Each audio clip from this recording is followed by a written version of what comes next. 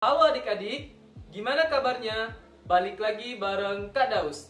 Nah, pada video kali ini, kakak akan mengajak adik-adik semua membahas tentang kesalahan dalam pengukuran. So, simak baik-baik ya. Adik-adik, saat kita melakukan pengukuran suatu besaran fisika menggunakan alat ukur, pastinya hasil pengukuran itu tidaklah selalu benar, melainkan terdapat suatu kesalahan. Adik-adik, coba perhatikan gambar berikut ini. Gambar ini itu adalah gambar kesalahan dalam pengukuran. Gambar tersebut diperoleh hasil pengukuran yang tidak akurasi dan presisi.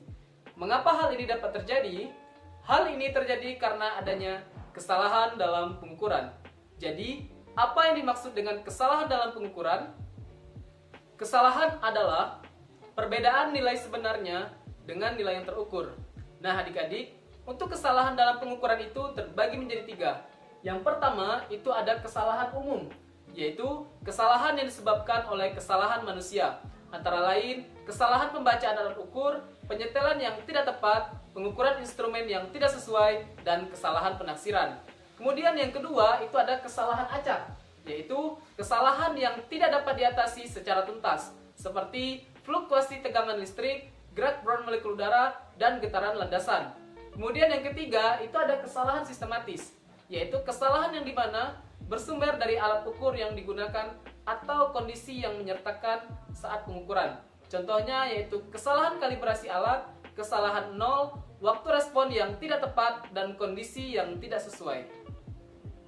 Oke adik-adik, adapun contoh dari kesalahan dalam pengukuran di dalam kehidupan sehari-hari, yaitu seperti kesalahan kalibrasi, seperti pada gambar berikut ini. Nah, coba adik-adik perhatikan pada gambar neraca elektronik ini, belum ada yang diukur, tapi kok angkanya tidak nol. Mengapa hal ini terjadi? Hal ini terjadi dikarenakan adanya kesalahan kalibrasi, atau kesalahan yang terjadi karena ketidaksesuaian alat ukur dengan standar rancangannya. Baiklah adik-adik, itu tadi salah satu contoh penerapan kesalahan dalam pengukuran di dalam kehidupan sehari-hari. Nah sekarang, kakak akan memberikan sebuah pertanyaan kepada adik-adik semua.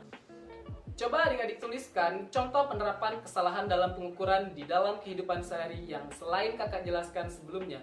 Dan jangan lupa untuk jawabannya diisi di link Google Form yang ada di deskripsi YouTube ini ya. Oke? Baiklah adik-adik, selanjutnya kita membandingkan hasil pengukuran pada video episode sebelumnya, yaitu nilai dari pengukuran uang koin menggunakan jangka sorong sederhana yang kakak buat. Nah, pada video ini kakak akan melakukan pengukuran kembali menggunakan jangka sorong yang sebenarnya. Dari hasil ini nantinya kita bandingkan dan seberapa akurat dan tepat nilai dari antara jangka sorong sederhana yang kakak buat dengan jangka sorong yang sebenarnya.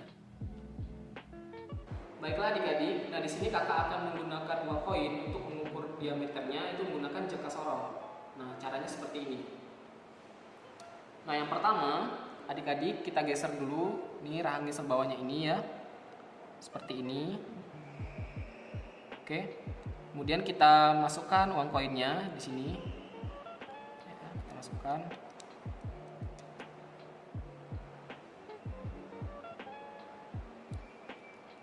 Kita masukkan dulu ya, seperti ini.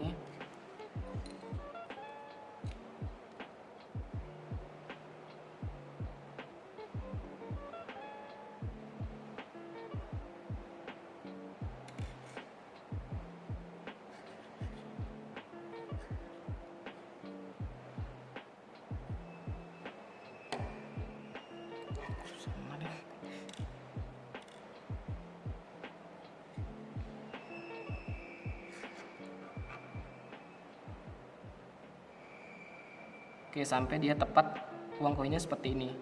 Nah, selanjutnya kita kencangkan bautnya ya. Oke, nah sampai dia seperti ini. Nah, selanjutnya kita lihat nilai skala utamanya dan skala noniusnya. Nah, skala utamanya ini kita lihat dari garis ini ya. Nah, dari nilai ini itu yang sejajar itu adalah 2,1. Nah, selanjutnya skala noniusnya yang di bawah ini itu yang sejajar dari garis atas sampai garis bawah itu adalah nilai ini ya. Nah, ini 2 ini. Nah, ini yang sejajar itu adalah 2,5. Baiklah adik-adik, adik-adik, nah selanjutnya kita akan menghitung hasil dari pengukuran menggunakan uang koin tadi, menggunakan jangka sorong. Nah yang dimana tadi skala utamanya itu adalah 2,1 mm. Nah selanjutnya kita dapatkan nilai skala non-newsnya tadi adalah 2,5 mm. Nah kita kalikan ya, nilai skala terkecilnya dari jangka sorong ini itu adalah 0,05 mm. Nah kita dapatkan itu adalah 0,125.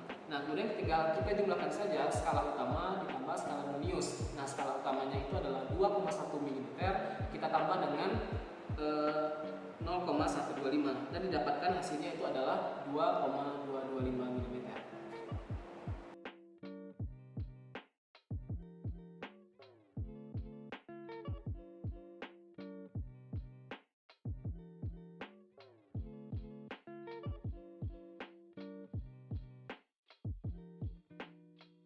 Oke adik-adik, selanjutnya mari kita kerjakan soal berikut ini. Seseorang melakukan pengukuran tebal buku tulis dengan jangka sorong, hasil pengukurannya adalah 5,24 mm. Dengan memperhitungkan kesalahan mutlak, pembacaan dari hasil pengukuran tersebut dapat dituliskan menjadi. Untuk menjawab soal ini, langkah awal yang adik-adik lakukan itu kita ketahui hasil pengukurannya itu adalah 5,24 mm. Kesalahan mutlak adalah kesalahan terbesar yang mungkin timbul dalam pengukuran.